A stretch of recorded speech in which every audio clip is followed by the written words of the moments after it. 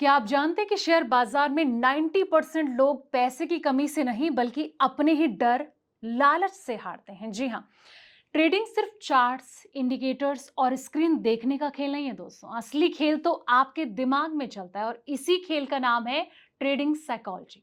अगर आप भी नया नया ट्रेडिंग में कदम रख चुके हैं और हर ट्रेड के साथ दिल की धड़कनें बढ़ जाती हैं, तो आज का ये जो रिपोर्ट है आपकी जिंदगी बदल देगा। देखिए कैसे सही माइंडसेट से आप बिना डर के कर सकते हैं प्रॉफिटेबल ट्रेडिंग। नमस्कार, मैं हूं आपके साथ संध्या बिष्ट और आप देख रहे हैं the economic times Hindi. Share बाजार में ट्रेडिंग सीखने वाले ज्यादातर लोग चार्ट्स, कैंडलस्टिक पैटर्न, इंडिकेटर और नई नई स्ट्रैटेजी पर सबसे ज्यादा समय बिताते हैं।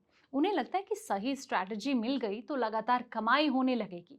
लेकिन कुछ समय बाद उन्हें एहसास होता है दोस्तों कि समस्या सिर्फ स्ट्रैटेजी की नहीं बल्कि ट्रेडिंग साइकोलॉजी के नाम पर बहुत कुछ है, जिसका असर ट्रेडिंग की ओर पड़ता है।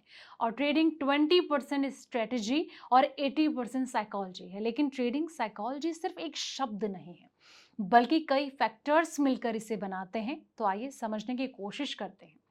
दोस्तों, ऐसा कई बार होता है कि एक ही स्ट्रैटेजी से दो लोग ट्रेड करते हैं। एक लगातार नियमों का पालन करता है जबकि दूसरा बीच में स्टॉप लॉस हटा देता है, जल्दी प्रॉफिट बुक कर लेता है या फिर नुकसान वाले ट्रेड को उम्मीद से पकड़े रखता है।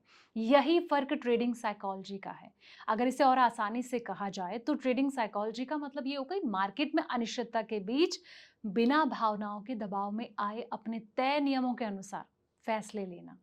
इसका मतलब ये नहीं कि ट्रेडर को डर या फिर लालच महसूस नहीं होगा। फर्क सिर्फ इतना है कि उसके फैसले भावनाओं से नहीं बल्कि उसके सिस्टम से तय होते हैं। अब हर ट्रेड में प्रॉफिट नहीं होगा, इसे स्वीकार करना जरूरी है। नए ट्रेडर की सबसे बड़ी गलती ही ये होती है कि वो हर ट्रेड में मुनाफा चाहता है। जैसे ही ट्रेड नुकसान में जाता है, उसे लगता है कि शायद थोड़ी देर और रुकने पर वो नुकसान कवर कर लेगा क्योंकि प्राइस वापस आ जाएगा, और इसी सोच में ये स्टॉप लॉस हटा देता है और यह नुकसान वाले ट्रेड में एवरेज कर लेता है।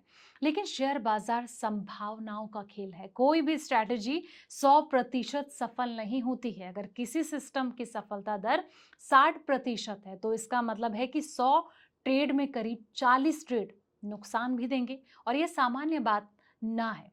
सिस्टम की विफलता ट्रेडिंग में ऐसा ही होता है दोस्तों कि जितनी जल्दी मानेंगे उतनी जल्दी सफलता की ओर कदम आप बढ़ाते चलेंगे। अच्छा ट्रेडर नुकसान को अपनी सफलता नहीं मानता, वो उसे कारोबार का खर्च समझता है, जैसे कि दुकान का किराया या फिर बिजली का बिल होता है। वैसे ही स्टॉप लॉस ट्रेडिंग का एक जरूरी खर्च है। जो ट्रेडर इस बात को जल्दी समझ लेता है वो लंबे समय तक बाजार में टिकने की संभावना जो है वो बढ़ा देता है। अब अनुशासन और धैर्य, यही एक एज है।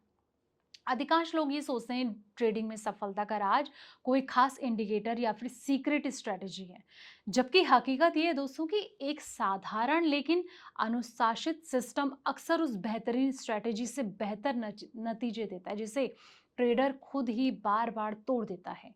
भावनाओं से नहीं, प्रोसेस फॉलो करना जरूरी है। बहुत से ट्रेडर हर दिन अपने खाते का मुनाफा नुकसान देखकर अपनी क्षमता तय करते हैं। अगर पैसा बन गया तो उन्हें ये लगता है कि वो अच्छे ट्रेडर हैं। नुकसान हुआ तो उन्हें ये लगता है कि वो ट्रेडिंग नहीं कर सकते। ये जो सोच है वो गलत है। एक खराब ट्रेड भी मुनाफा दे सकता है और एक बेहतरीन ट्रेड भी नुकसान में बंद हो सकता है।